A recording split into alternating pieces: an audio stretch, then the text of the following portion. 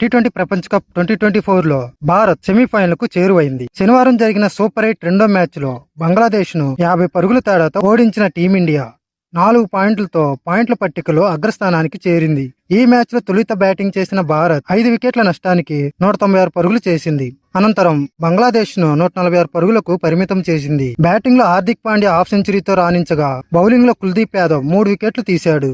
League దశలో hat trick విజయాలు నమోదు చేసి సూపర్ 8 కు చేరిన భారత్ ఇక్కడ కూడా వరుసగా 2 మ్యాచ్ల్లో గెలుపొందింది.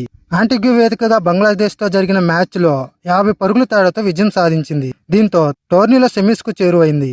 ఈ మ్యాచ్ లో 197 పరుగుల భారీ లక్ష్యంతో బరిలోకి దిగిన బంగ్లాదేశ్ ఏ దశలోనూ పోటీ ఇవ్వలేకపోయింది. భారత బౌలర్ల దాటికి ఆ జట్టు బ్యాటర్లు తేలిపోయారు. దీంతో ఆ జట్టు ఓటమి ముందుగానే ఖరారైపోయింది.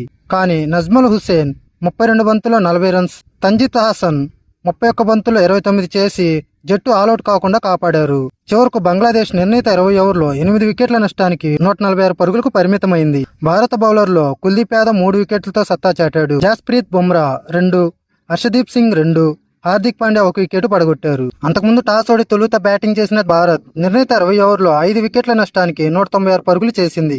వైస్ కెప్టెన్ హార్దిక్ పాండ్యా 27 బంతుల్లో అజేయ హాఫ్ సెంచరీతో సత్తా చాటాడు. విరాట్ కోహ్లీ 28 బంతుల్లో 37, రిషబ్ పంత్ 24 బంతుల్లో 36, శివం దూబే 24 బంతుల్లో 34, రోహిత్ శర్మ 11 బంతుల్లో 23 తలా ఓ చేయేశారు.